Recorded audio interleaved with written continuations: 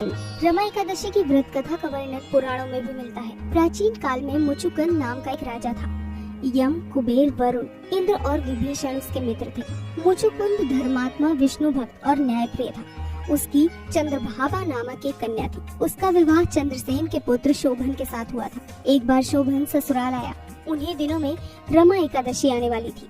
जब व्रत का दिन समीप आ गया, चंद्रभागा का पति सोचने लगा कि मैं शारीरिक रूप से अत्यंत कमजोर हूँ, मैं इस एकादशी के व्रत को नहीं कर पाऊंगा। व्रत ना करने की बात जब चंद्रभागा को पता चली तो वह बहुत परेशान हुई। चंद्रभागा ने कहा कि मेरे यहाँ एकादशी के दिन कोई भी भोजन नहीं कर सकता। अगर आप भोजन करना ही चाहते हैं तो आप किसी और स्थान पर चले जाइए।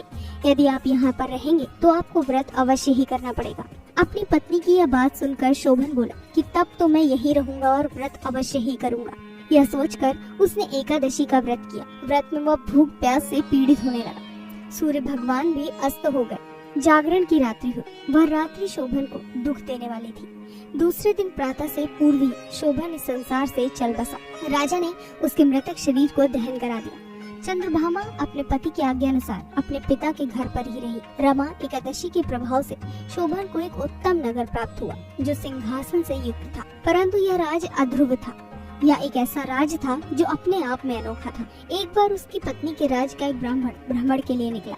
उसने मार्ग में शोभन का नगर देखा और शोभन ने उसे बताया कि उसे रमा एकादशी के प्रभाव से यह नगर प्राप्त हुआ है। शोभन ने ब्राह्मण से कहा कि मेरी पत्नी चंद्रभागा से इस नगर के बारे में और मेरे बारे में कहना, वह सब ठीक कर देगी। ब्राह्मण ने वहां आकर चंद्रभागा को सारा वृतांत सुनाया। चंद्रभागा बचपन से ही एकादशी व्रत करती चली आ रही थी।